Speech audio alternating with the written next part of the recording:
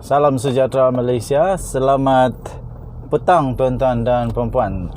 Sekarang ini pukul 1.21 petang. Tuan-tuan dan puan-puan, denyut nadi suara rakyat bergema di channel ini tuan-tuan dan puan-puan. Sekali lagi, mai dekat, yang jauh mai dekat, yang dah dekat jangan malu-malu tekan butang subscribe, like dan share. Orang Indonesia selalu kata kerana subscribe-nya itu gratis, percuma tu. Jadi tak ada masalah kot. Okey tuan-tuan dan puan-puan, perbicaraan 1MDB yang melibatkan banyak nama besar akhirnya sudah selesai bagi seorang penyangak yang telah dijatuhi hukuman dan telah disahkan telah bersalah di Mahkamah Amerika Syarikat. Walau bagaimanapun tuan-tuan dan puan-puan, itu baru satu. Ada berlambak lagi, bergondol-gondol, berbondol-bondol, apa je lah, berdozen lagi, apa je lah, nama-nama yang perlu disiasat tuan-tuan dan puan-puan. Ada dokumen yang baru diterima. Jangan skip kerana perkara penting saya ingin kongsikan kepada anda.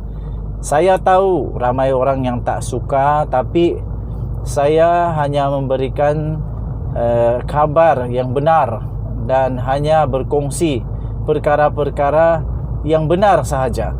Saya tak suka berita-berita yang tak sahih, dan hanya berita yang sahih saja yang saya kongsikan, iaitu berita-berita yang sudah masuk di mahkamah. Kerana saya percaya semua yang sudah keluar di mahkamah itu adalah benar.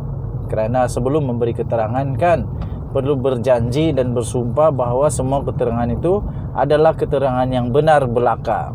Tuan-tuan dan puan-puan, ada satu dokumen yang meminta supaya semua dakwaan daripada tim Leisner ketika beliau memberikan keterangan kenyataannya sebagai saksi utama kes penyelewengan, kes pencurian, kes rompakan, kes salah guna kuasa, kes penggelapan, pengubahan wang haram yang sudah dikenakan kepada Roger Ng ketika perbicaraan di Mahkamah Amerika Syarikat.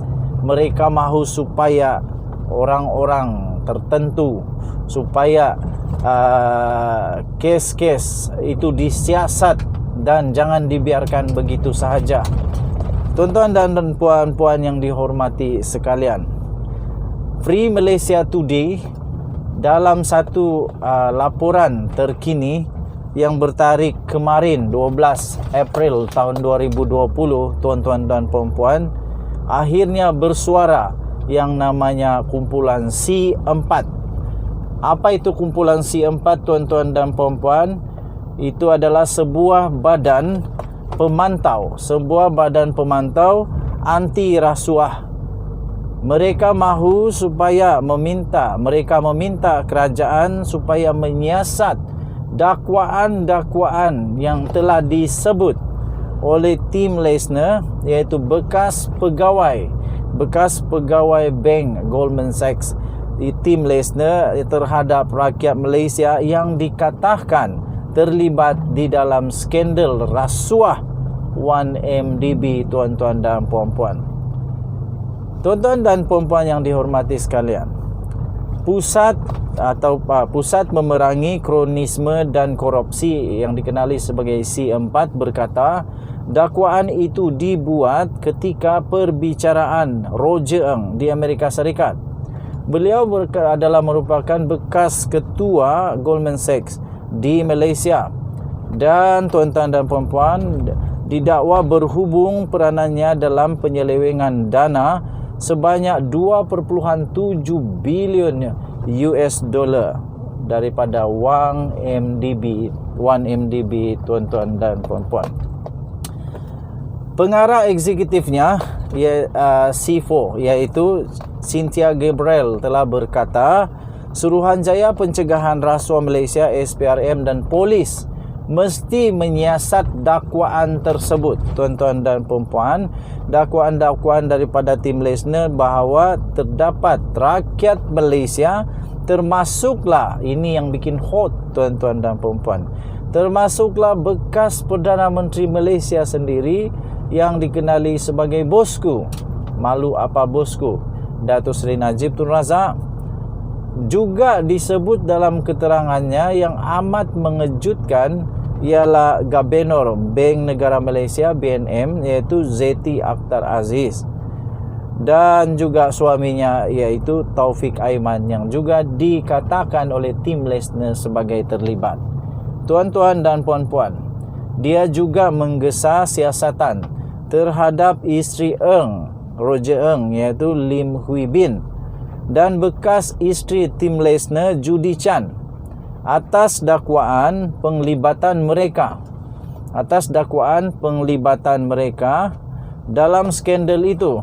Selain mereka juga mahu supaya pengisytiharan aset oleh semua rakyat Malaysia yang telah dinamakan oleh tim Lesner itu. Tuan-tuan dan puan-puan yang dihormati sekalian, rakyat Malaysia berhak tahu berapa banyak wang sebenarnya yang masuk ke dalam poket mereka dan mencuri tabung negara, kata Cynthia dalam kenyataannya. Saya setuju tuan-tuan dan puan-puan. Rakyat Malaysia amat berhak, sangat-sangat berhak untuk mengetahui kebenaran. Kalau ada, kalau tiada, tiada. Kalau salah, salah. Kalau betul, betul. Kalau ada, berapa jumlahnya? Tuan-tuan dan puan-puan,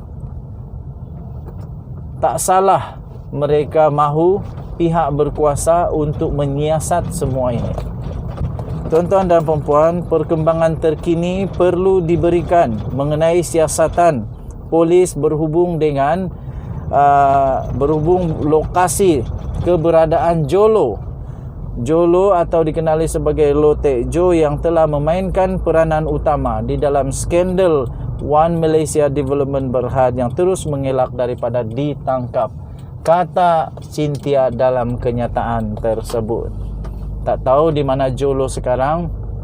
Polis pernah kata dia besar kemungkinan di China, negara China, tetapi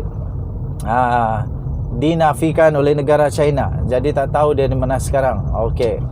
Tuan-tuan dan puan-puan, bekas Ketua Polis Negara juga iaitu Abdul Hamid Badur telah memberikan tarikh akhir pencariannya, namun sehingga beliau bersara Loh Teck Jo belum berjaya ditangkap.